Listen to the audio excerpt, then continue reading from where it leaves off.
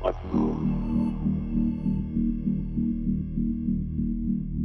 third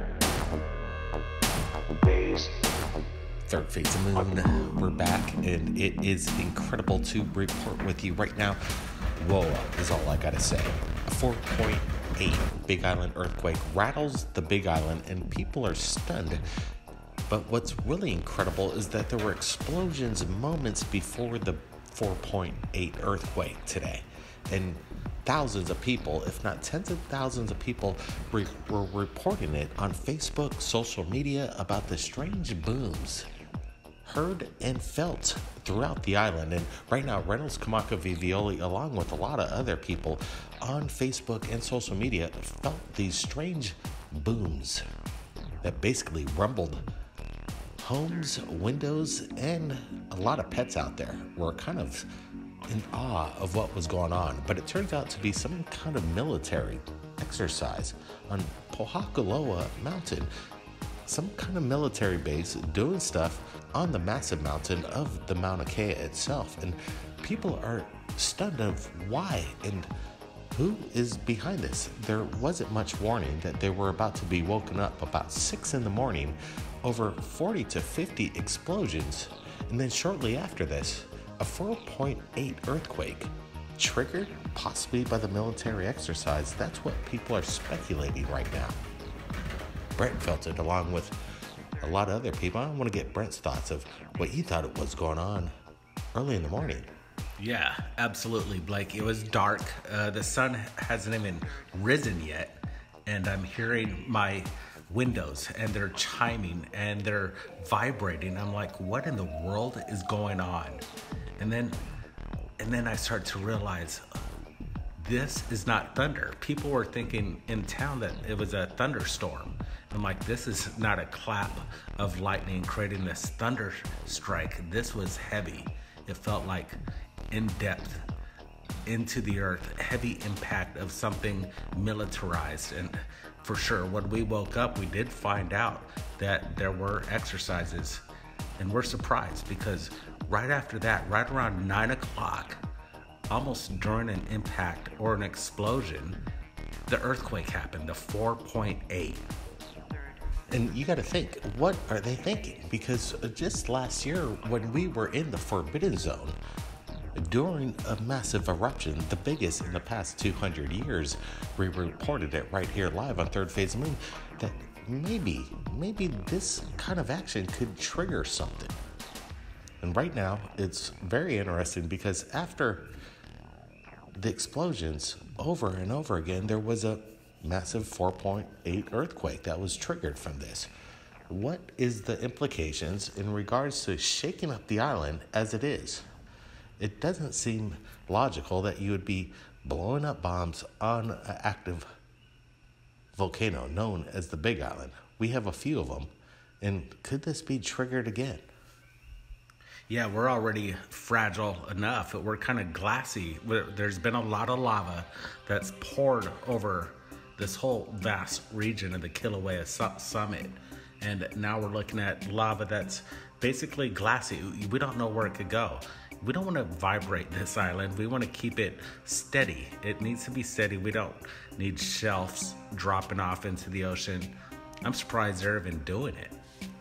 Yeah, people were expecting that this indication of military exercise could trigger something. And as a matter of fact, it did this morning. And people were on social media hearing and reporting these loud explosions and the ground rumbling. And we felt it ourselves. I couldn't quite put my finger on it. I could have thought there were a lot of trucks driving by, or maybe some kind of vibration through loudspeakers. You know how these people want to play their music loud. But then I realized it was in a progression, and it lasted for about 3 hours. And then the 4.8 earthquake hit, and people were shaken up by it. And that's what's the most incredible part about it. We're hoping in the next few days that they downsize this kind of exercise, because our island is kind of unstable, one would think. It's the newest island on the chain, and let me tell you, messing around with it could create some kind of, you never know, an eruption, a volcanic eruption, as we had just last year. Yeah, I'm going to throw it out there. I'm not going to bring up dates because I'm not familiar with dates, but I'm going to say about 30 years ago, there was an operation where they did a military exercise and dropped bombs into the volcano to basically do an exercise. And guess what? It lit it up. And then there was an event, a lava event, and things happened on the Big Island that are recorded in history of bombings and lava activity. We don't need to stir this up. Yeah, you're right, Brent. You're bringing up a military exercise that I think happened almost about 50 to 60 years ago. And there were some people lost after bombing the mountain and causing an eruption. The coincidence was so high that it was definitely related. It wasn't a coincidence. This was related with the bombing. And now, with the bombing going up on the mountain, the Mauna Kea itself, up in the military base up there called Pohakaloa, you wonder what is the whole agenda, because you could feel this from 50 to 60 miles away. That's a long distance to start feeling these vibrations and hearing them in the dramatic form that people heard it today on the Big Island of Hawaii. And I'm sure a lot of people aren't too happy about it. But again, the military's got to do their duty and do their exercises. But is this the proper place and way to go about doing these things? Now, that's the big question. Because when you could maybe trigger a tsunami, thank God that it wasn't triggered. A 4.8 isn't powerful enough to create a tsunami, but the implications could be very scary. Yeah, I'm looking at some of the coordinates where this earthquake took off, and it was on the south point of the Big Island. And we've seen this area get active before with earthquakes. It's a possible hot spot, and this activity could be maybe a precursor. We said it before in 2018 that things were happening on the Big Island. Something big was about to happen, and it did. Moments afterwards, days afterwards. We don't need to see this again, so everybody ease up on dropping bombs on this bad boy that we live on. Yeah, Big Island of Hawaii, you got to watch out. It is a living, breathing organism. It's called the Big Island of Hawaii, and it is alive.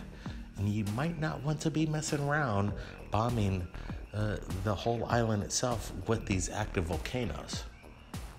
These volcanoes are dormant. They're not extinct. They're actually active. And right now we're going through a lull, and thank goodness, because last year was a wild ride for the world and everybody here in the state of Hawaii to deal with what was going on, the threat of the lava, as it basically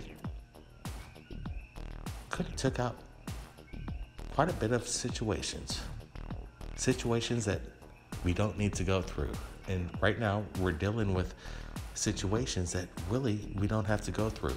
They should stop the exercises as far as these bombings that basically shake up the whole island. People are feeling this from 60 to 100 miles away.